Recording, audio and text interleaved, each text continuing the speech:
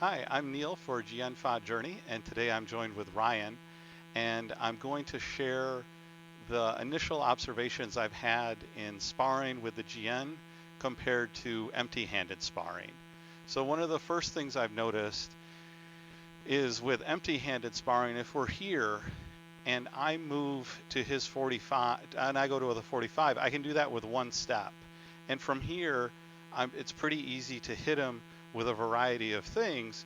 And if he turns towards me, I do have an ability to hit him as he turns. And so the 45 in empty-handed sparring is very useful to get off his center line and to have everything lined up for me. In terms of the Jian, it's much more difficult. If we're here and I go to his 45, I have to go all the way to here, and then to readjust, he can do that with a single step. And so it very much changes the footwork in terms of empty-handed sparring versus Jian sparring. And so more with the Jian is he thrusts in and I deflect it, and that's more what I'm doing to create my openings. It's more about turning the waist and trying to create openings that way. And then the second thing is in empty-handed sparring, there's a tendency, which is fine, to somewhat ignore the limbs and just go to the trunk.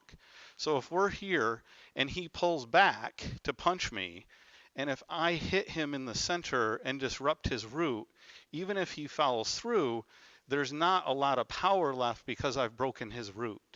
So in empty-handed sparring, it's easier to go right to the trunk and sort of not completely ignore the branches, but I can get away with ignoring them more. In terms of Jian sparring, it's just much more about the sword. So if he thrusts in, I can cut his arm, and if I take his arm before he gets me, then that essentially nullifies his cut. So rather than going to the trunk to try to stop him, I want to go to the arm.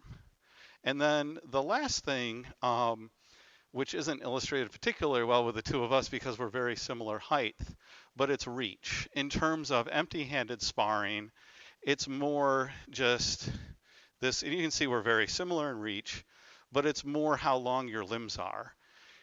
With the Jian, you can have an effect on how far you reach by the sword. So if we're both going to each other's torso only, then it really does matter how long our arms are.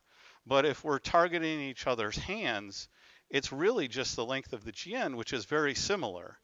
Or even if we're going to the forearms, even if we're different sized people, this hasn't changed much. So the range and reach is sort of different with the Jian. It's much more based off the sword. So those are some of the initial sort of discoveries and insights we've had with sparring with the Jian versus empty-handed sparring. Thank you.